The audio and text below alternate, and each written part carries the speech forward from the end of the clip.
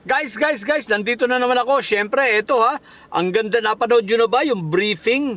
Briefing nitong mga marites na kargador.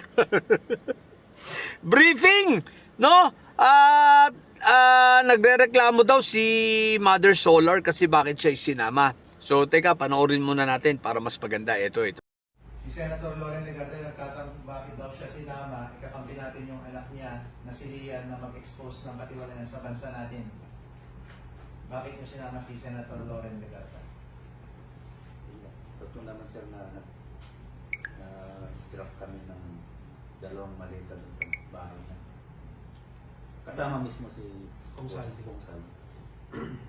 Ano kaya usapan nila? Ano pa pala? Hindi ko alam. O, ayan ha. Maliwanag ha. O, mga didilis. Mukhang, ang ganda ng briefing ha. Biglang nagbago na naman. Kaya nagbago ng statement eh. Kaya nagbago na naman ng affidavit eh. What the heck? Pwede pala yung pabago-bago ng affidavit. Di ba? Wala na. Sablay sa una. Sablay na yan hanggang dulo. So, maliwanag ha. Tinanggal lang si Loren. Pero, ang tanong, sino kaya yung nag-video tapos ipinalabas? Ibig sabihin, sa grupo nila may nagtatraidor. Bakit? Kasi hindi naman lalabas ang video na ito eh kung walang traidor sa kanila, di ba? So, ibig sabihin, sa hanay nila, may nagtatraidor, guys.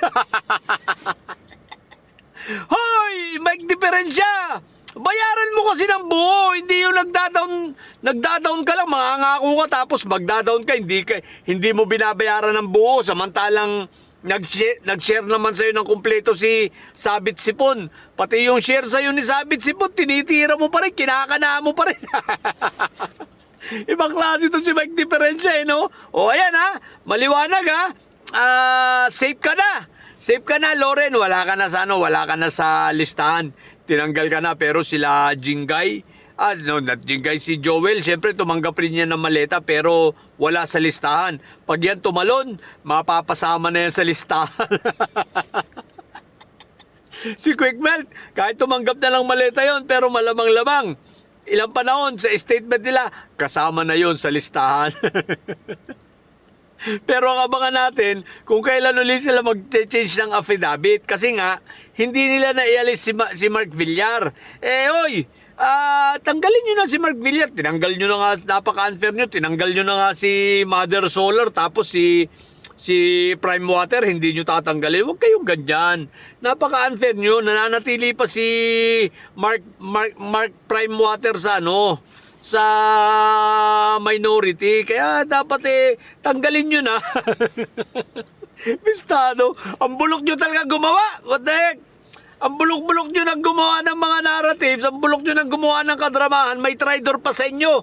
Mga hinayo pa kayong mga kargador na marites kayo.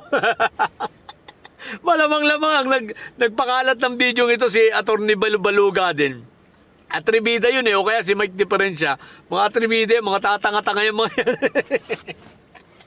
O di ba ka? Kaya tingin-tingin kung sino ang traidor sa grupo nyo ha. Yun lang. Sa mga bobong didilis yan ng mga may sayad na nyo, ang tatay nyo ay preso, ang bipi nyo ay bobo.